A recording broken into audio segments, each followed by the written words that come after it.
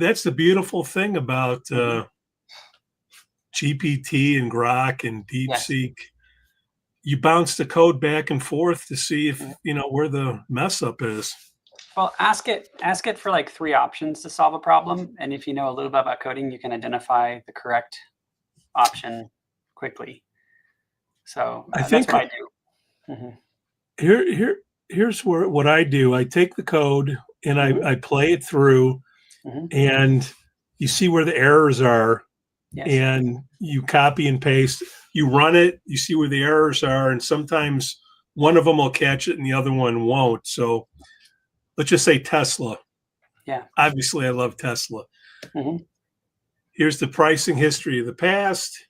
Mhm. Here's the news that's coming in. Mhm. Connect to Yahoo Finance. Connect to get all the SPY, the VIX, everything. What's the right Sure. combination? And send me an email when my criteria has been met. Okay. We'll see. And when I don't have any money left, I'll bum 500 off you. Fun. How's it going with you in the It's stock good. It's good. market? Oh, I'm not playing with a lot of money. I'm just playing with a little bit of, but I'm enjoying it. It's a fun hobby. Um, and it's going well, you know. It's I like to explain to my clients the whole purpose of belief is to predict the future, and that's why I like playing with money in the stock market. It's because it's real feedback, Yeah. and you can't satisfy yourself by telling yourself a story because you'll just lose money. You have to be right to make money. But Yeah. yeah, Yeah. it's the ultimate So, mind game, right? yes, yeah, I and mean, then because it's just honest feedback. Yeah. Which is making a trade or making a putt, mhm. it really tests your beliefs because the Yeah, best right. laid plan fall to the wayside once you're punched in the Mhm. face. So for me, it's literally just a hobby that grew out of $200. It was just $200 that I was playing with, like as a mind experiment of like, can I teach myself about reality? Can I test my understanding of whether or not I am understanding reality correctly? Can I use this as a Yeah, feedback? And I found that kind of experiment I started 2 years ago to be like very fascinating. Like because it challenges you in the moment, and then it challenges you at the end result, yeah, because it's a feedback loop. One where it doesn't play into your delusions the way socially people play into your delusions. And we're talking about small delusions. We're talking about the social group thinks. We're talking about the normal yeah, kind of like validations that teams and cultures and tribes give each other. But these things are also not indicative of reality. You know, these are just things that we do each other to reassure each other. It's like it's a mechanism to reduce metabolic demand in our nervous system. Like, okay, we're reassuring everybody to kind of calm down, but it may not be right. Well, you're playing around with the stock market. It's not with a lot of money, but still you're in it. And when Sure. you win, and it feels good. And when you lose, Yeah, you yeah, lose. Like what yeah. would you train in your brain with neurofeedback to help you be a better not that you're a day trader, but maybe you are. So But if you it's a were lot of one, you have to have. This is a really great question for what we're doing on podcast. You yeah, have to have really really good delayed gratification. Really good. So there's a lot of things that have to be in place. First of all, if you have frontal midline failure issues, like you're going to be really into gambling, but you're not going to be really entertained by stocks because there's not enough of a immediate reward feedback loop for you to tolerate that kind of waiting period because you're not waiting, minutes or seconds or hours. You're waiting weeks or months. yeah, If you're playing out a game, you're like, I think this is going to happen, and I am willing to take some of my play money because that's all that I do it with, and that's all that I would like, encourage is like right. orienting to reality. How much money do you want to play this game on? It's just a game, it's a mind game. And yeah, literally just play that out. But if you're very very low reward deficiency issues or frontal midline failure modes like tonic theta, central frontal midline high beta, overcoherent frontal alpha, or sometimes even bilateral sharp slope transients in the frontal lobe. Those things are all going to create impulse control issues, and delayed gratification issues. And there's a couple things you need, and that's the first one. And lots of reasons to fail in that first one. So we can talk about a few more things you need, but there's a lot of ways to fail in the first one. So assuming you get the first one down, which is, by the way, really developed early. Now, it doesn't mean you can't develop it later, but have you heard of the marshmallow experiment? No. See, this is really important. I hope there's people listening, because this is like really, really critical, essential, foundational research that was done early on in psychology. They gave a bunch of kids who were like in kindergarten a marshmallow, put a marshmallow on their desk and said, if you can leave the marshmallow there and don't eat it, I'm going to come back into your room in a little while and I'm going to give you another marshmallow, presuming that you didn't eat the first one. And then they left the room for a period of like 10, maybe 12 minutes, came back in, and then of the kids who still had a marshmallow on their desk, they gave them a second marshmallow. But that didn't end there. They tracked over the course of their lifetime, like decades, who ate the marshmallow, who didn't, and what happened to them. Would you guess? This is a kindergarten, okay? Yeah. Would you guess that the kids who ate the marshmallow and did not get the second marshmallow it was like immensely more highly correlated with being incarcerated, not finishing high school, not going to college, not earning, upper middle class wages. It just bifurcated hard, like aggressively hard. Like pretty much anything you'd think they would bifurcate from, they did. It was like, being able to keep your marriage, divorce rates exclusively like one side. And of course, there was a blending to a degree that a certain percentage ended up on both sides. But the majority of the worst things and best things split into these two groups. And you could tell just by giving them a marshmallow and asking them, telling them that if they wait, undisclosed period of time, I'm going to come back in a little while. And if it's not eaten, I'll give you a second one. And that was predictive of risk factors. That's brutal. Anthony's heard of the marshmallow study. Do you know the marshmallow study, Anthony? It's talking about the new finding that if they have a promise of future gains, that they'll hold on longer. It's a very old study. It's or been how going did for it come decades. up? They've been doing this study for decades. No, I know there's the marshmallow study itself. I'm talking about there's a new permutation where they promise them that they'll get extra. Anyway, there's some nuance to it, is my point. Oh, there's so how did it come up? Oh, we were just talking about it's in chat. Whenever we get on, we are always talking about stocks or something like that, and we were talking about what are the neuromarkers that are needed for stock, and it was like, well, you can't have frontal midline failure issues. There's a lot of things you need, but one is you can't have cingulate failures or reward deficiency syndromes. That's not going to work. You have to have delayed gratification. That's what I mean to say. You have to have delayed gratification. Yeah, I kind of would bet money most of these people are frontal theta people who are hyper obsessed with the stocks, and it's less they have willpower and more they just got lucky. But anyway, go on.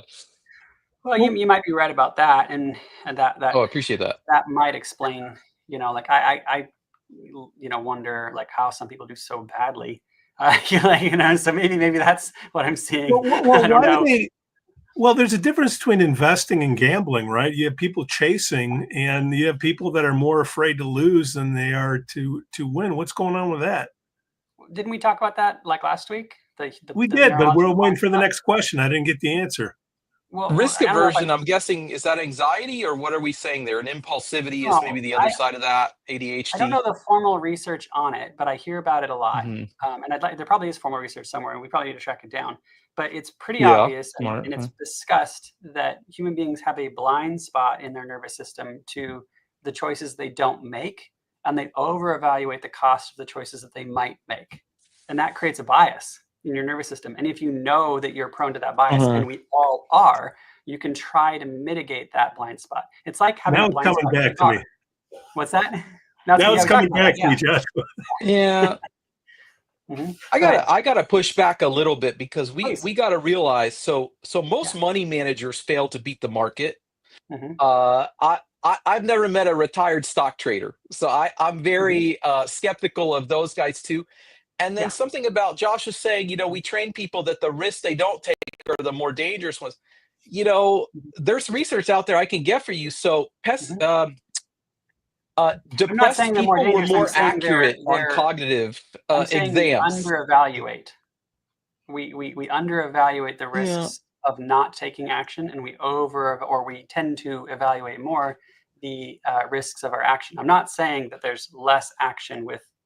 I'm not saying there's less or more action. I'm just saying that our bias is to be more preoccupied with the action that we are thinking about taking. So here's the thing. So if depressed people are more accurate, that sort of presumes that they're just correct. It's no longer a bias. They're just less biased is actually what you would say. And given the fact, I mean, I've literally heard stats to be a successful stock trader it's less likely than becoming a professional athlete to do it consistently. Right. Anybody can have a good year. You know, my friends that stock trade, they'll never tell you what they make, you know? So anyway. Sure. Well, I mean, and that I have lots of questions because I'm pretty sure that professional stock traders are weird dudes, and I don't really know any, but I suspect they're weird dudes. And I also would ask, are they trading their money or somebody else's? And it may not matter, but I do think there's a big difference. Having worked in government, I feel like when people are spending money that's not theirs, it's not real to them. Like not real at all to them. Well, before the election, when Santiago Brand was Santiago was my friend, he would tell me of all of his clients in Singapore, because that's a big financial community. You got a lot of traders there, you know, that come in. Yeah. And they got issues. They got issues. Yeah. You only hear about the losses or the wins. You don't hear about the losses. Sure. Yeah. So maybe high stress and relational difficulties or relationship troubles. And I've worked with a handful of billionaires, and they don't get there because they're balanced. Wow. Addictive personality, which is an ACC phenotype or failure mode, often can be arousal as well. A lot of like low voltage fast cases, because you can really kind of partner with that imbalance. You're like, oh, I have no default mode network. That's fine. I just won't slow down. Like if I feel anxiety when I don't have a job, I just won't stop working. Problem solved. Yeah. Okay. I see. Yeah. The low voltage fast people I know, they have a busy mind. They don't stop. If it's the weekend, it's Saturday afternoon. I clean my garage, I clean my kitchen, I clean my patio. You know, it's that. These are the individuals that I know. They're kind of workaholic. Relax this weekend. Like, did you really relax this weekend? And then, you know, when you finally teach them how to relax, they're like, oh man, I've never relaxed in my life. Like they don't admit it until after you give a taste of it, and they're like, yeah, I never actually ever relaxed. That's really I remember you saying that when you help them with that pattern, that it's really exciting for them. And that's one that I have not personally been able to see a transformation in yet. So I'm looking forward to it. Okay. When I'm building some coursework on phenotypes, and I think the first one that I'm going to record is going to be low voltage fast, because it's one that we can consistently help and there aren't alternatives for. Other than like Alcoholics Anonymous, which is like the majority of them seem to be in that pit. That's good. Not all of them, you know, but neurofeedback is a great fit for it, but it is kind of tedious. You must apply the treatment correctly. And if you don't know how, or if you get it wrong, or it's not optimized correctly, if you don't handle it just right, if you don't do things in the right order, you know, it's just not going to work. And you can't just come in with some other black box system and get lucky. It doesn't, I don't see that happening with these people. It's like, oh, well, I tried, you know, maybe like try a low voltage fast phenotype, try throwing, you know, some other black box system or some other, you know, generic fix all kind of approach. And it's like, it doesn't seem to work. They need really targeted, really specific, don't do this, give me alpha. You know, if you have enough to ask for it, which is one of the things you have to be considering with the person in front of you. Do they even have enough alpha for me to train it yet? And if they don't, you should be focused on suppressing the high beta. There's a lot of things you have to go through. Like there's usually a skill tree you have to go through.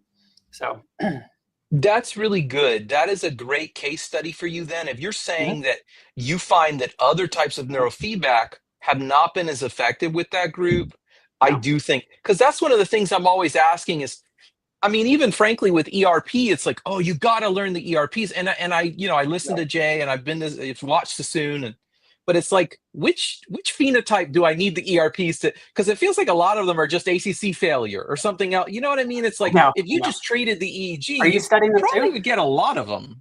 Yeah, I'm studying phenotype. I'm studying ERPs right now. Are you?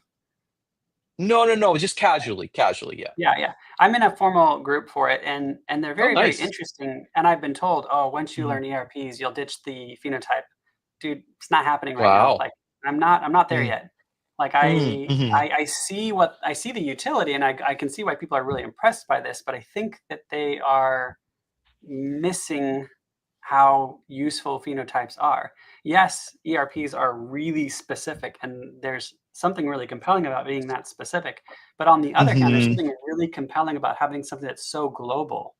Like, Yeah. It catches like, a lot of things when you fix it. Yeah. Yes. Yeah, I like and that. it explains like a shotgun experience in their world. Well, this brings up something I wanted to talk about, and I kind of emailed two things really.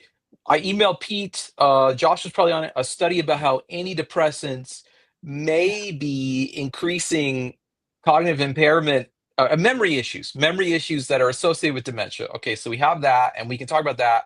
But one of the things I'm thinking is, it is so frustrating that I feel like we are limited from helping these people through non-drug treatments, because yes, the paradigm has been drugs, and that's outside of our control to some degree. But also because when we do a neurofeedback study, not always, but like frequently, you find out the methods were all wrong. And there was one I think it was an NIH-backed study, or the National Institutes of Mental Health, NIMH, that someone on this podcast, I don't remember study, were like, of course you're only going to treat 40% of the people successfully because you used one treatment approach for ADHD, which has 5 or more phenotypes, or whatever the paper was, right? And it is so frustrating. I think the fact that people are locked into one camp, be it ERP or phenotype or arousal or Z-score off or whatever, that is sabotaging our research. It is just, it is the height of, I mean, I got to be careful, but it feels almost a little bit arrogant to me to say, I know that treating whatever the study is, left, right, alpha, asymmetry, that's going to fix 90% of ADHD. It's like, no, it's not. But anyway, there you go. Jay said something the other day that fits what you're saying, Anthony. Jay said, if symptomology predicted treatment plans for neurofeedback, the DSM wouldn't be garbage. Oh, interesting. Like, because the DSM's arranged around symptom. Yeah. So if we can't predict neurofeedback protocols based on symptomology, that's like saying the DSM's accurate. Like, because the DSM would be accurate. Yeah.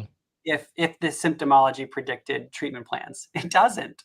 And the DSM 1, 2, and 3 says that it doesn't. They took it out in 4 and 5 though. It sounds like it's a limitation of both to some degree. Yeah. Maybe even more DSM, but yeah, that makes sense. Yeah. So, what do you think they'll do in 6? Oh.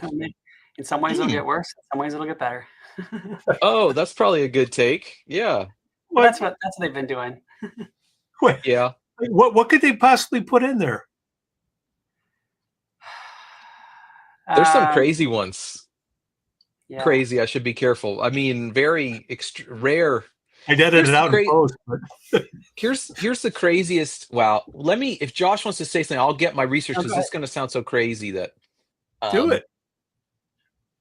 Well, there was something. So there was almost a DSM diagnosis. Yeah. How am I not finding this? There is a condition a symptom called basically genital envy. And it is, believe it or not, it is becoming increasingly common in Africa and Southeast Asia. And basically, and again, you can just look this up. I believe it's called Kuro or Muro, but genital envy. And it was almost a DSM-4 diagnosis, because it happens. Basically, somebody will be in a crowd and people will pass them and they will accuse. And again, this is a documented thing. I did not make this up. This is a real thing. They will accuse the person who brushed them or passed them of stealing their genitals. And so it is a delusional disorder. And people in Africa have even been arrested and even executed for the crime of genital theft. When the person is asked in private to show their genitals to law enforcement, they will literally not recognize that they're there. Sometime later, they will recover. But what they think is this is very associated with countries that are industrializing. And they think that there is some kind of anxiety that becomes prevalent when a country that used to be farming is now transitioning to factory, and all these new skills, old skills are not as valuable, new skills are worthless. But that is one of the most fascinating diagnoses I've ever heard of. Having dreams of your teeth falling out. That's a there you go. And so, and I don't know if that needs to be a DSM diagnosis. That honestly is just so crazy. I like to tell people about maybe there's a better name for a diagnosis that encapsulates the whole multiple behaviors or syndrome. Yeah, like that encapsulates all those kinds of conversion symptoms. Junk envy. You know? Junk envy. And otherwise, we're just gonna have a much bigger diagnostic book full of crazy, weird stuff that is all phased out culturally. You know. I wonder why I didn't make the 4. Yeah, right. I'd vote for it. But that's the thing is, so I know there are new methods of categorizing this stuff to get more serious again. Some people are trying to do it by symptom. They're trying to 3D map the symptoms or whatever. Interestingly, they find that certain categories like depression and anxiety disorders, they just disappear. That these things actually, because depression and anxiety are shared by so many other conditions, including genetic things, that maybe those aren't even real diagnoses. There was another one I sent some psychiatric friends. What's up? Did you ever look at that book I mentioned to you before, How We Make Emotions by Lisa Barrett? I have not. I'm generally... She's okay. I haven't been so into her stuff, but I know there's value there. And that, you're right, Josh. I know where you're going. The fact that people have trouble interpreting their sensations is probably leading to some of the subjectivity of the DSM. Right. Well, and like one person who's depressed is going to call it anxiety, and another person who's depressed just has a totally different construct for what that is in their mind. Now, a lot of people just call it depression, but people are just so complicated and weird, and developmentally it plays out.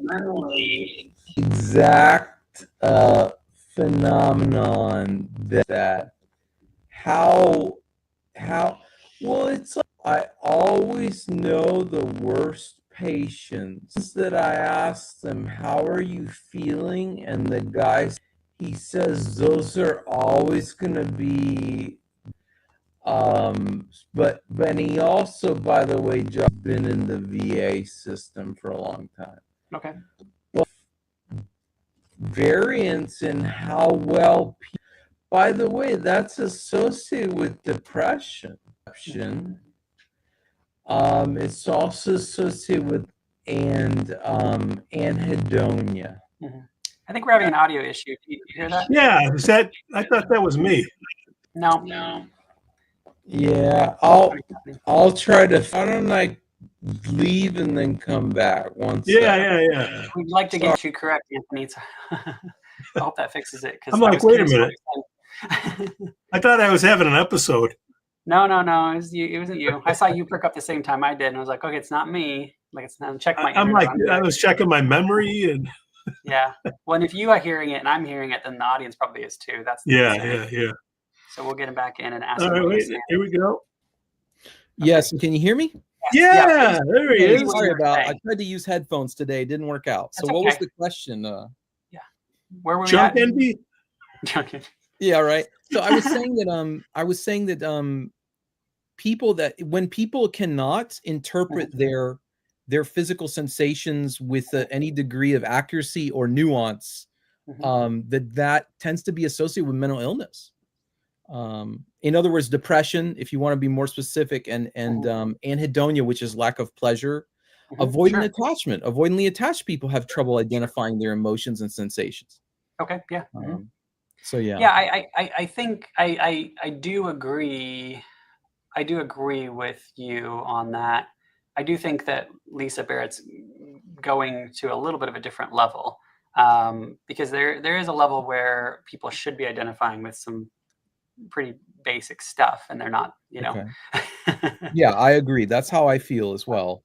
Yeah, I'll do QEGs on people who will have a negative experience and it's strong and they have an opinion about what it is. They're not failing to identify what it is, but they've just different kind of like relationship to that imbalance. Like, you know, I've seen interesting brain maps where someone's got like a 14 hertz alpha peak, and it's like, "Are you anxious?" And they're like, "No." Like, Yes. "Well, what are you in here for?" And they're like, "Attention deficits." And I'm like, "Yeah, sure."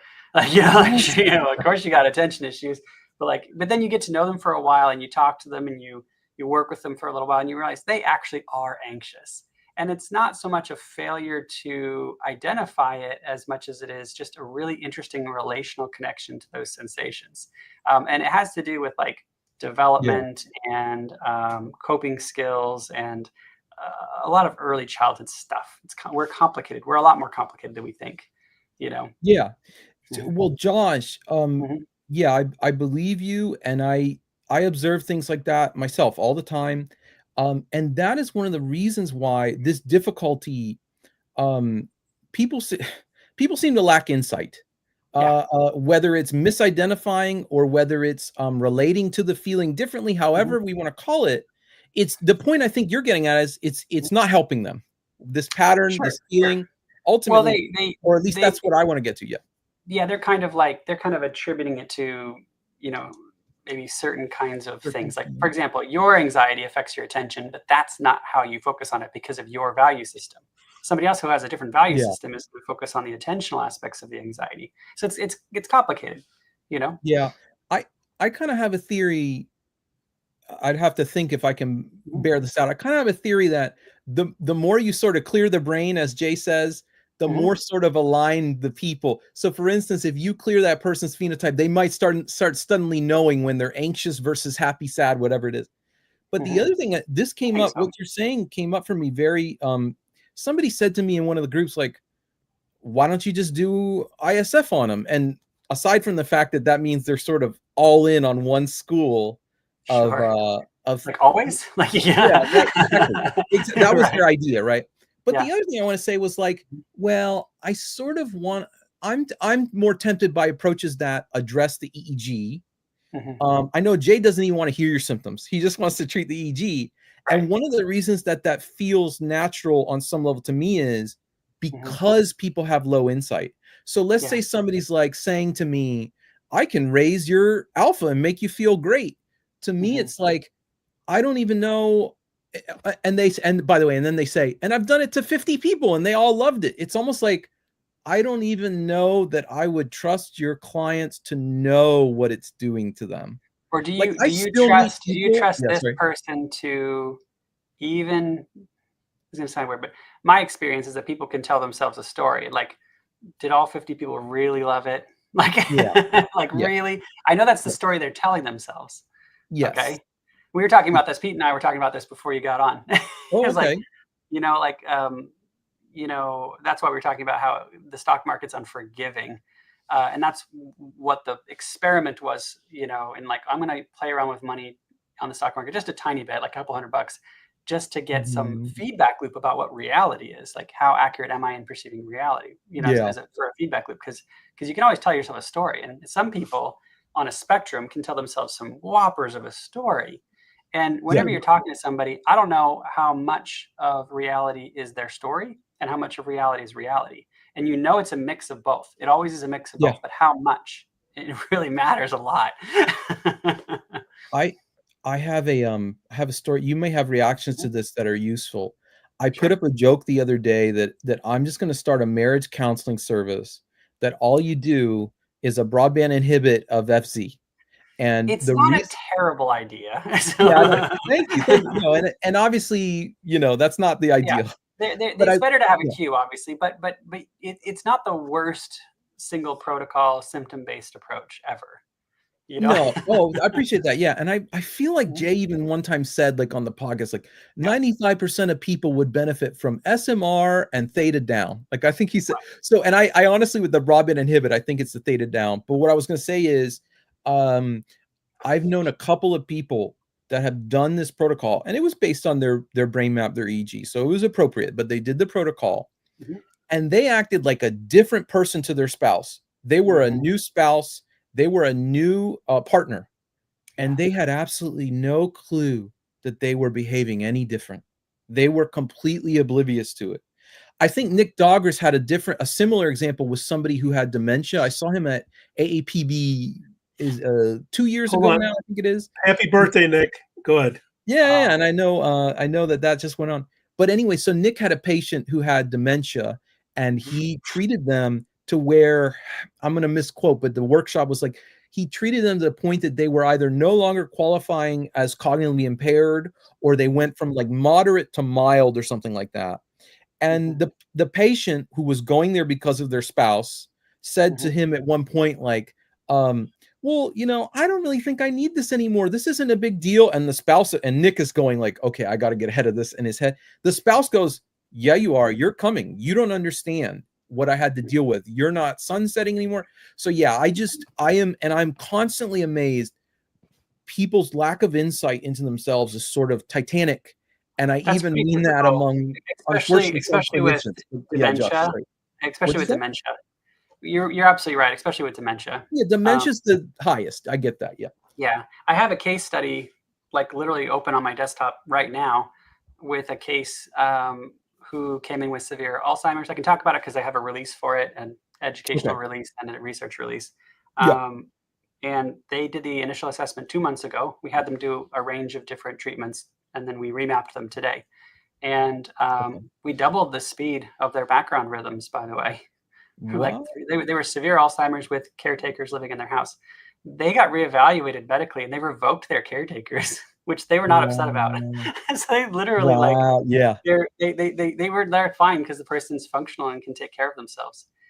So theoretically, if Britney Spears got your treatment, she might have gotten out of that conservatorship a little quicker or something. Well, I mean, I think any good neurofeedback practitioner, you know, ideally, I'm a big advocate of the phenotype model, because that's what I've seen, like, just really, like this is where I'm covering the most amount of blind spots, and I'm getting the most amount of consistent results. And I even, because I've moved around different protocols, hey, Radar, I'm feeling like I understand, though I don't talk much about it, why popular modalities, where they fail and why, and what to do, you know, where they don't work. So I still have a lot of things, like, for example, I use a lot of ILF and ISF, for example. I don't use Z-score anymore. It just feels a little slower when you have targeted approaches and you know what to do. So that's what I, did a little bit of when I was younger, and I just have moved on from Z-scores personally. I'm not trying to diss it. I just, haven't needed it. I like targeted single channel, single 2-channel approaches. Sure. But yeah, it's hard to beat. It's hard to beat it. So yeah.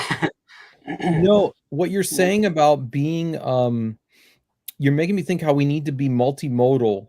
And I was hearing a clinician today told me about a case that came in, and they had Z-score, and it, not to pick on them, but that just happens to be what it was. They had Z-score, and they were not feeling any better. In fact, their anxiety, et cetera, was probably worse. And he looked at their EEG, and he determined that this is likely sleep apnea. And he sent them out for a sleep study, and now it's a 180 kind of thing. And if you were not, I think he even said it, like, if somebody had just slapped them in for another 30 sessions of ISF, they would have maybe gotten worse. I don't remember the particulars, but I think we see this happen almost every month. This is a really common story, Anthony, like super common. Like I have an actual clinic that I've negotiated for direct referrals. Like I've gone and met with the clinical doctors and talked about what we do, showed them our methodology, worked them through the neuromarkers, and gotten permission to send our clients directly to them without having to go through a GP. Just streamline it, because we run into it so often. So yeah. Oh, that's great. So you have like a pipeline now to go straight to just to expedite it and get it running. So we worked that out with the sleep lab. Yeah. Yeah, it's a real thing. Yeah. So, but we have a lot of volume. We see 100 to 200 people a week. Yeah. I believe it. Radar, ask a question, or I'm gonna have to come up with more stock trading stuff.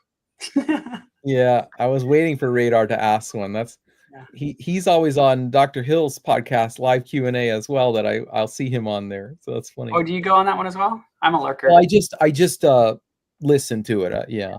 Gotcha. So it's good. It's good. Yeah, on the sleep apnea thing, real quick. Okay, he might have a. There you go. On the Anthony, sleep are you a apnea thing, clinician? yeah, no, and I'm kind of on the fence about doing it formally, so to speak. But yeah,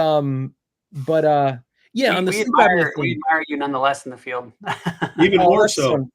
That's so nice. But yeah, just I learned 90% of stuff from you, I think, Josh. So, but anyway, can I tell you like our impression of you when you first got in? Is that okay? Oh, I guess so. So this is intended to be a compliment. But when Anthony first got on the field a couple years ago, he basically got on the boards and he would just ask questions everywhere. Yeah. And a million questions. And you, like, there was like this discussion behind closed doors of like, what do we think about this guy? He's like blowing up the forum with all these questions. Yeah. And like, I remember me and Jay Gaddis were like, it's what you got to do if you want to learn. And like me and Jay are agreeing, like it's good. Like this is what you got to do. And like if he wants to find his feet, you got to dive in and just like and also like a lot of people wouldn't tolerate asking so many questions in public, and people would get critical and annoyed with you. And it was like it's the only way he's going to figure it out. That's the only way. And you are 100% all in the way that somebody would have to be. And it was like I think I was talking to Gaddis about it. I was like, he's gonna. Radar concurred. A couple of years. He's going to be really interesting. We'll watch him. Oh, cool. Well, I because really people don't appreciate have that. the tolerance for the feedback, the negative feedback to do that, and you did. Well, Thank you. Yeah, and thank you. Why don't we have Radar on this side? That's cool. That'd be a good Radar, idea. why don't you come on this side of this so we can see your smile? Radar remembers it. Yeah. How would he get in touch with you, Pete? Because I know I always wonder how to get in touch with YouTubers as well. So. Maybe he can reach out somehow. I don't know. ESP. You want to guard their knowledge. People get angry when a non-clinician asks questions about neurofeedback because they want to guard their knowledge. I think it's actually more sinister than that. I think they want to not get exposed for not knowing. Okay. Radar, we'll put up any picture you want. Who do you want to be? Yeah, well, Radar, yeah, you're a very interesting guy as well. But Josh as well, I can tell that you're constantly you already were very knowledgeable when I started asking questions and things, but also I can tell that you're increasing your knowledge all the time, and both clinical and otherwise. So and you're modifying your approaches, which I really like. So that was thanks, and also kudos to you as well. Thank you. Yeah, I don't think that's going to end, and I think you probably feel this too. I describe it as like I have a sensation of homework on my back. Like there's something due Friday. Like there's homework due Friday, and it's been there for years and years and years. And I don't think it's going away. But it's also been what keeps me looking back 6 months, 12 months, and realizing that I, have gotten better. I reviewed a case this week of somebody from like a couple of years ago, and realized, we didn't know this back then, but this is what's going on with them. This is new data. So I called him up and said, hey, this is something we just figured out. I think I understand you now. Nice. And we didn't know the information back then. And so, we're redoing it, volunteering. Like what's changed from now to then, from back then? I can't get specific just because of HIPAA. No, I mean, like what has changed in neurofeedback in the last couple of years? There's constant new things that pop up from research. Some of it I'm not sure if it's new to me or if it's new to the field, but every now and then you'll see, publications that are new, and like the triple network theory is something that's fairly new, for example. That's not been around for more than a few years. What's that? The triple network theory is instead of talking about the brain waves in terms of maybe smaller networks, or even what we think of the large networks like alpha, theta, beta, there's even larger networks that comprise those. You can divide the brain into 3 networks, just the whole brain into 3 networks. And to summarize those, you have your rest and digest, like idle network, which is used for the default mode network, which is used for like memory. Is that the back of the brain, or? Yeah, it's dominant on the back of the brain, but it's really a whole brain behavior, but you see it in the back of the brain. And then you have your executive network, which is kind of problem solving, for lack of a better description. And then you have your salience network, which is like emotional problem solving, emotional processing. People think, oh, that's where PTSD is. No, it's actually where you solve PTSD. You usually see PTSD in the default mode network. So you can divide the brain into groups as small as thirds, which is interesting, because you'll see failure modes occur in those thirds. You'll see a network get stuck, you'll see a network go missing, and you'll see a network get dysfunctional. And you can describe even phenotypes as those thirds behaving in one of those three dimensions: stuck, missing, or dysfunctional. Joshua, I was talking about earlier, getting back to stocks and Python and my coding and all that. Is there any kind of coding that we can do with neurofeedback when we get? I know we bought software, I know we bought hardware, but is there anything else that we can do to, for lack of a better term, take the API, whatever the information that's coming in, dump it into AI and get new insights? So I know that Regine Exler is the foremost expert. She has a PhD in neuroscience and she has a PhD in computer programming. And she's literally went and got an extra PhD for the intended purpose of doing machine learning on brainwaves. And I've talked to her many times. She's the kind of person who will do it right. And there's a lot of people who will do it wrong. And so there'll be a lot of false hope and it just won't land correctly. But I do think Regine Exler is her stuff's going to be interesting to watch and see how it plays out.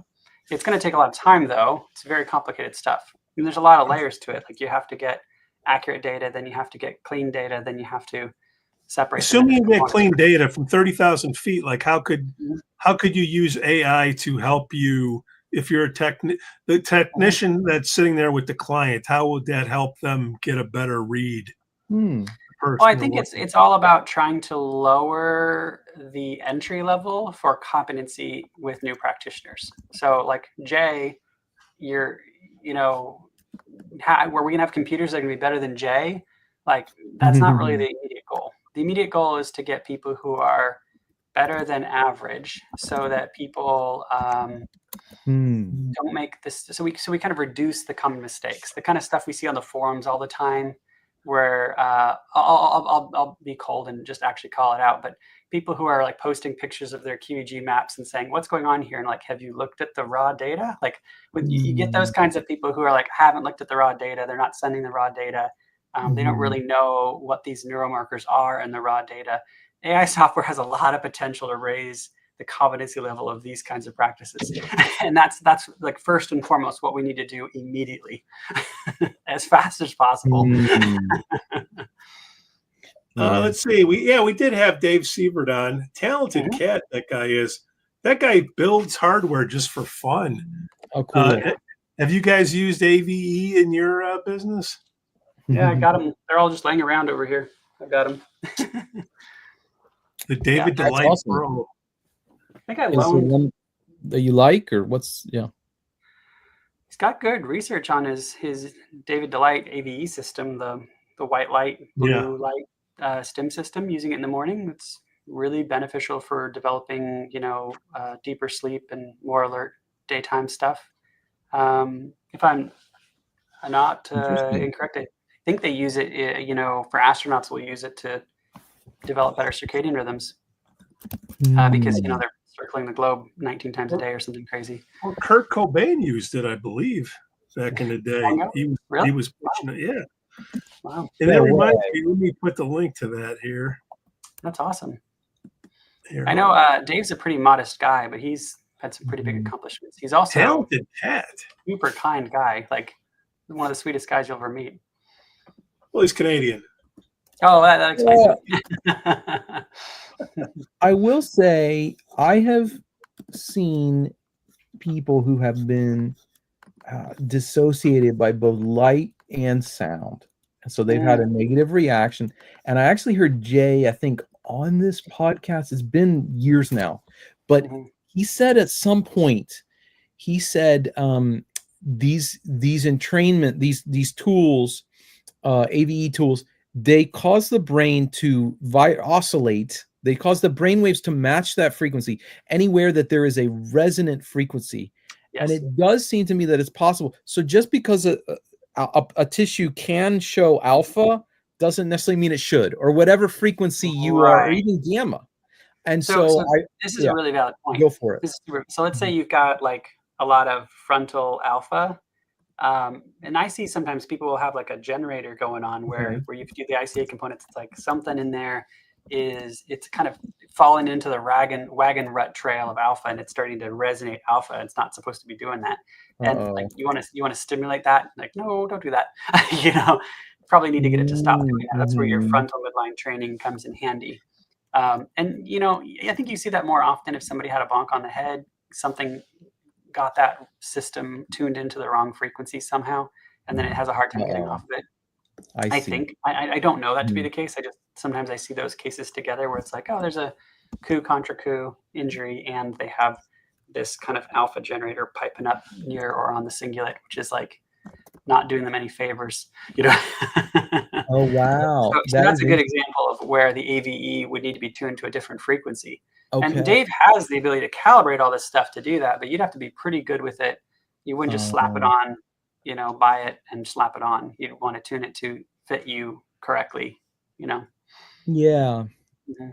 I don't want to insult him, but I think I saw him having a whole bunch of Raspberry Pis that he put together to make that stuff. It looks just like it. A little.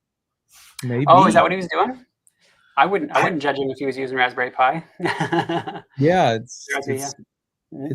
I think it's a pretty widely used computer chipset. So that's not. Yeah, that's kind of cool. Cheap. Yeah. Cheap. Yeah. Yeah. Well, you know, praise him for doing it cheaply and easily. Jeez. They're like I think they might be $1 billion company, by the way. They're actually becoming a pretty big, the Raspberry Pi company. Kickstarter originally? That makes sense too. Well, they use AMR chips, so that might be another. Oh, ARM? Yeah. Pretty weird stuff. Like Raspberry chips are weird. Come on, Radar, ask a question. We're scraping the bottom here. Anthony, what was the email that you sent? What else did you have? Well, I sent out about the antidepressant use, and I'll be honest, not a week before that article came out, I saw it yesterday. A friend was telling me about, I am having memory loss and I just don't know which one of my medications is doing it, but this is unusual. Now, and they were on one of the antidepressants in the article, so I can't be sure that it was that, but I did send that to them. Okay. And so I don't know that this is that uncommon, and it was a moderate, like it wasn't like a huge effect, but I can imagine people are on these things very often, antidepressants in particular. I think they can be on them for a long time. So maybe over time. So that's alarming to me. And the other article that Pete mentioned was just about why men value relationships more. And one of the things they said was that men are discouraged from expressing emotions starting early in life.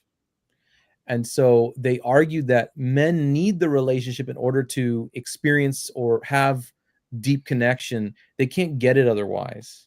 This is my favorite topic. What'd you say, Josh? This is one of my favorite topics. Yeah, it's kind of sad because you know what? I have friends who are mothers that have said to me, it feels like the little boys are actually more sensitive than the little girls. Yeah. And I've since seen that corroborated in the research, but we train it out of them. And obviously you can be too far in either direction. But yeah, I was listening to, just to add a finer point on that, I was listening to a podcast with a marriage relationship therapist this week, and he said, they said, you curse a lot. Why do you do that? He says, yeah, because the men will come in and say, I'll ask them how they feel and say, well, I just wish she noticed what I do around here.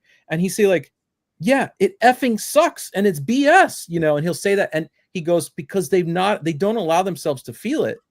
Yeah. And he said, I literally feel like a brain surgeon, like I'm reconnecting neurons. So I think we all know that men, I mean, I have friends from college that I know you don't call them unless you have something fantastical to report, because otherwise they're not going to be able to relate. So anyway, Josh, how do you said it's your favorite? I have so much thoughts on this. I could talk for hours. That's the problem. I have so much thoughts on this. We got 11 minutes. Fill it. Okay. This is one of my favorite topics. There's a lot going on here, and there is some there is some neurodevelopmental stuff that is in play that isn't just culture, but culture is interacting with the fact that when you are 6 weeks in utero as a fetus, your testosterone glands turn on, and that washes over the brain. Your corpus callosum is not myelinated yet, and so it shrinks, and it actually it becomes less fibrous. You have a lot less connection tissue between the hemispheres in men than you do in women developmentally because of that.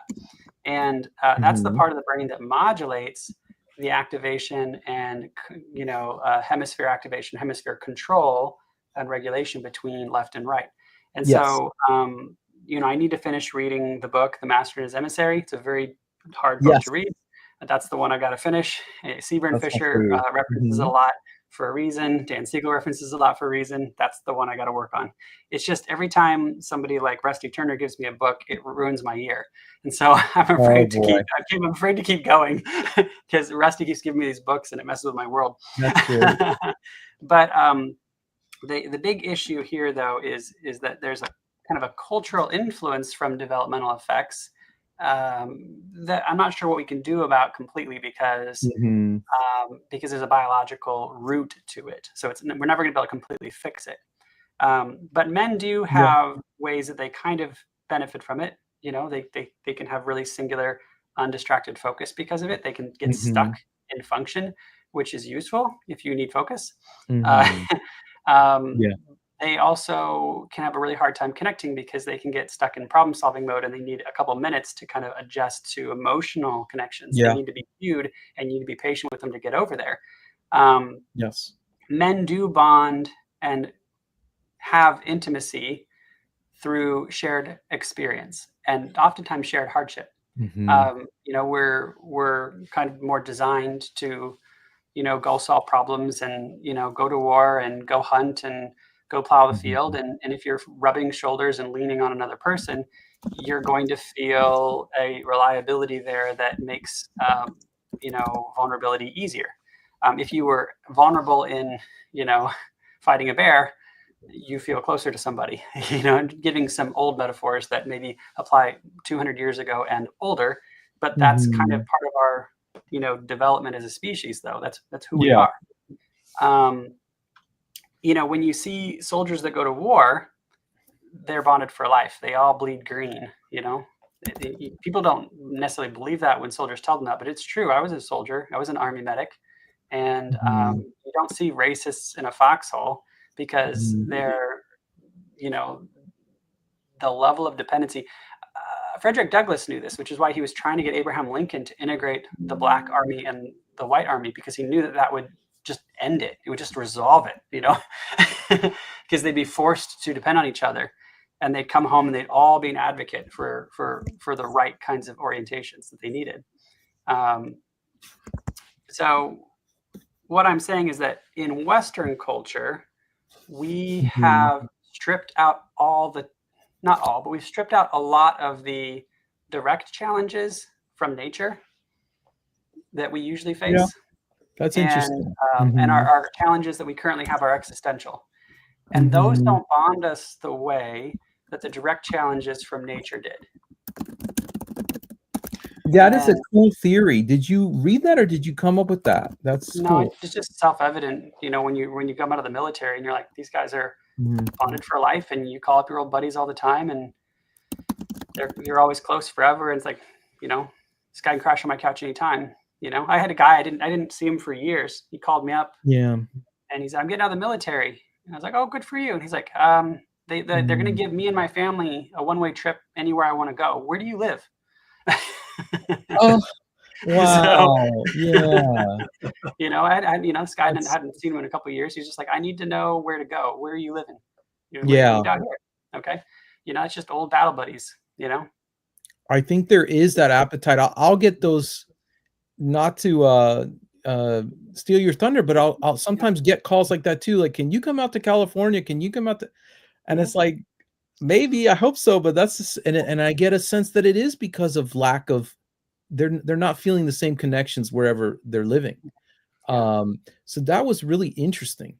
Oh, I'll tell you, it reminds me of the story Tony Robbins tells. He's, you know, he has some interesting, occasionally some stuff. And he said, I talked to a Marine colonel. I was at, I don't know, some graduation of Marines of some kind or ceremony. And he said, you know, Tony, I'm sad. And he said, why? He says, because this is the most connected these men will ever feel. He said, they will never again feel this close to another group of men. And obviously, you know, there's pluses and minuses to that. I'm sure that they can be with their family, etc. That attachment is things you would never choose. That's yes, the weird part. 100%. It's at best a necessary evil. Yes. But that's the wild part that we don't know. Like attachment and intimacy comes from like those threats and those. Yeah, it's so like we don't know that. It's so weird. You're right. You're absolutely right. Yeah. Yeah. Radar, I hear you, man. That was rough. Yeah. Being a conservative. Radar, I love it. I wish I'd been there to protect you, Pete. I'm sorry. You know, Go on. But there is a difference between the brains. It just is. You know, I don't want to insult anybody. I mean, it's feeling and thinking, and you know. I'm not saying people that feel don't think, but it's just my thoughts. That's all. First of all, I'm a failed neurofeedback clinician owner. Okay, take everything with a grain of salt. But in this field, there's a study out there, and I talked about it in the show. It's like 90% of the people that are in the field are liberal, and you just have to deal with it. That's true about helping industries in general. And I think that's true of what you say, helping fields, helping industries, helping industries. That you have kind of like a temperament or personality psychometrics, which you can. I think the Taylor Johnson has. That's a test that you can take that'll give you non-changeable personality psychometrics, and they don't change. Like I can attest to that. It's weird. And I like you, Radar.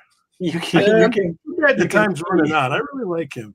You can see how you will align, and generally I think that is a good predictor of more or less where you'll lean politically.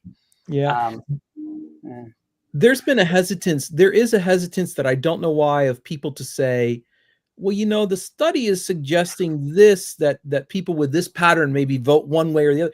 And the response I'll get from a lot of times, like, you can't say that. Don't say that. And I even saw there's a brand new book on the topic that you asked about, is how our brain affects our voting. It's called The Ideological Brain. And it came out, I think, in the last week, and it's all over the papers, and she's doing interviews everywhere. I think it's a Cambridge researcher, but she's, you know, Ivy League.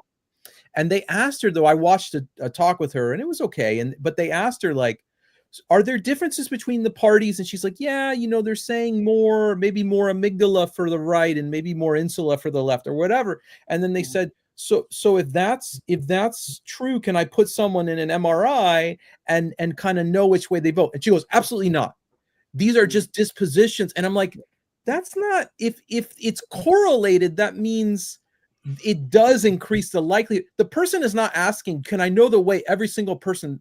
They're saying, just tell me, is it more likely, you know? And she's saying you can't. And it just seems like an overcorrection. Yeah, there was an antibody response there. And the answer is obviously yes. If there's any, if there's any correlation, there is. Then yes. Sorry, Josh. Sorry. No, you're good. You're good. You're right. You're absolutely right. It's like a worry about calling a spade a spade. Whatever the data is, look at that data and be able to and you don't need to speak in absolutes.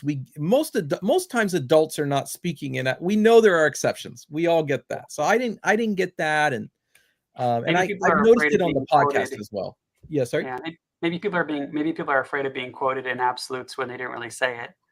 I mean, a reasonable answer might have been, well, it's only like 60-40. So if you have this pattern, maybe you're a little more likely to vote. That would have been a fine answer. You know, I think that would have been an okay answer. But she didn't even want to do that. And that kind of is the most accurate answer that I could tell.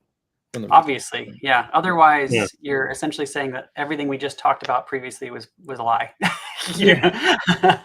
Variance. All right, Anthony. I want to come up with some new questions for next week. Do you know of any technology chat rooms I can go to cook some up? That's funny. Well, yes, there are all kind of good ones, and not just mine, but What is your Neurofeedback Exchange and Brain Master and Science and Technology Discoveries is one of mine. And wait, is the Neurofeedback Exchange yours? No. I'm just okay, trying to help them, because it is they're all a little different. You know, the Brain Master, I feel like you'll get sometimes more nitty gritty, but it varies. So you know, and Jay Gaddis has one for QEEG clinicians. Yes. And I asked him to be on the podcast, but he didn't get back to me. So maybe he's shy. He's different shy. ideas. Yeah. So Joshua, got any good books I can pick up on neurofeedback? I've got a little intro book called Neurofeedback: A Beginner's Introduction. It's very simple walkthrough. Amazon won't let me sell it for less than $21, but there's a Kindle edition for $3, so it's as cheap as I can sell it for. If you're ever in my neck of the woods, make it 100, Joshua. Watch the sale. No, so mean. No, I give them away. I literally give them away. Yeah. That's nice. That's why the skill's not going anywhere. Yeah, well, it's just about getting good information, and it's also a high gloss print, which is why they won't let me sell it for less than $21. It's a really nice print with tons of colored pictures. The whole point is it's supposed to be easy to read and absolute beginner's starting point.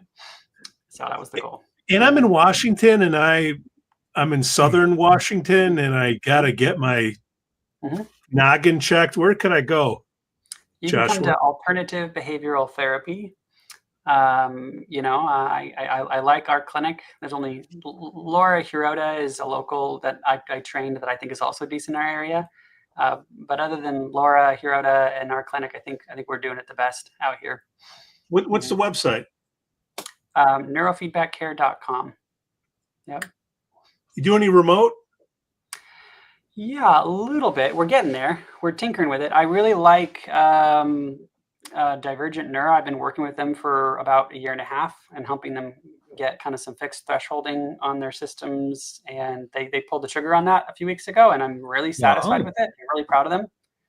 It was hard work getting those algorithms in because they wanted to kind of have an orienting stage where it would calibrate and figure out what to reward based on your parameters, and then set it. And then you can still change it later. Even the client can have permission to kind of fine tune it a little bit. And all that was done very well.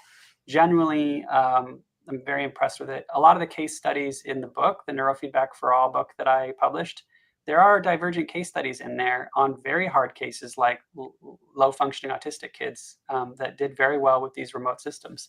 And we don't do a ton of remote work because we have the philosophy of if there's a local provider who's talented in your local area, we prefer you to see them.